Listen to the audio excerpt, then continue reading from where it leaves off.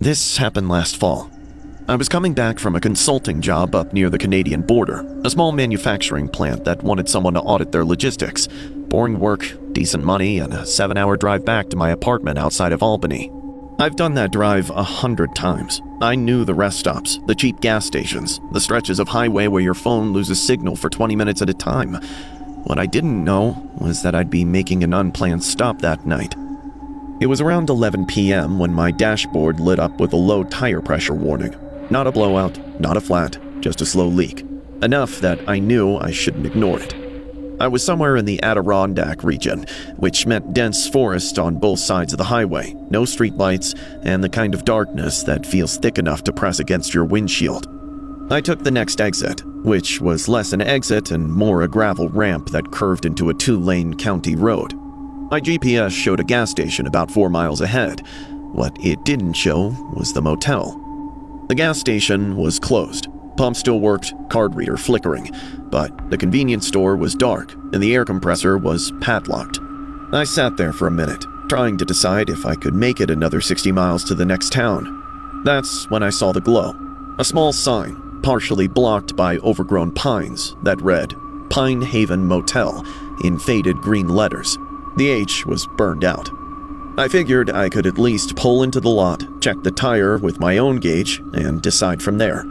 The motel was shaped like a horseshoe, 12 rooms total, all ground level with doors facing a cracked asphalt lot.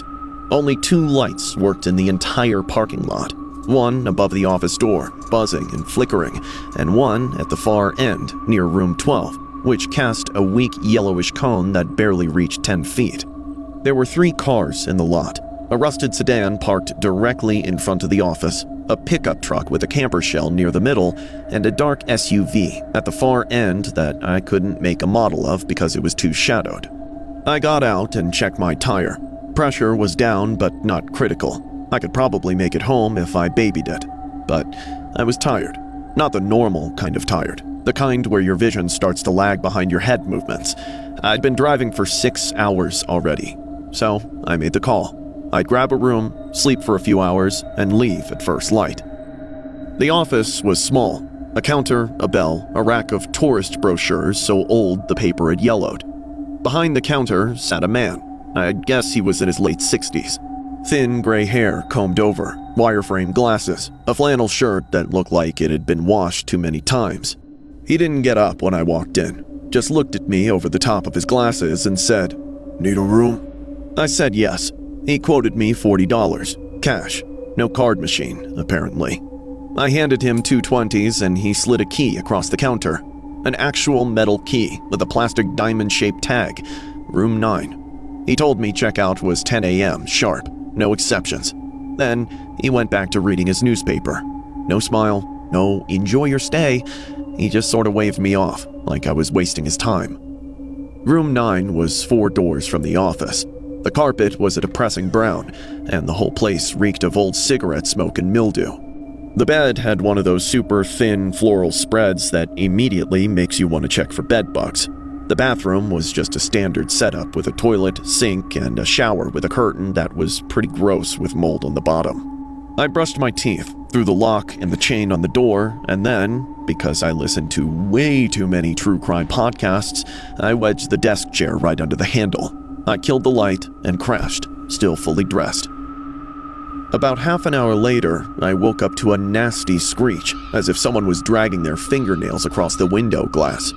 I grabbed the lamp at my bedside, got up, pulled the curtain back an inch, and nearly pissed my pants. A guy was standing there, with his face practically glued to the glass. His breath was fogging it up. He was super pale, and his dark eyes were leering down at me. Before I could blink, he smacked his palms flat against the window and grinned. I clutched the lamp tighter. My heart started hammering in my chest as he raised one hand and waved. Then he gestured like he was heading for the front door and disappeared into the dark. 15 seconds later, loud knocks rattled the door frame. My blood ran cold. He started talking, telling me to open up. When I didn't move, he started pounding on the door, yelling that if I made him break in, he was going to get bloody ugly, and he'd rather keep things clean. I tried to play it cool and told him to get lost. He started spiraling about how I was hiding his pills, causing him pain, and that I was the reason his demons were asking him to kill somebody.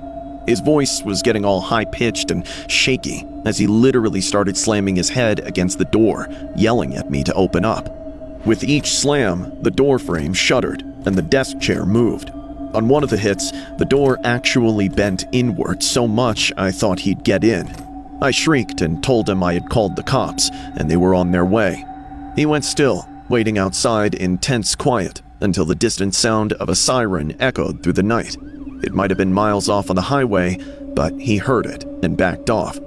I heard the footsteps retreat before chilling silence fell. I stayed put against the wall, holding the lamp until morning.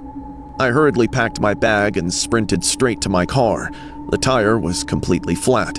The valve stem had been removed and was sitting there on the pavement next to the wheel.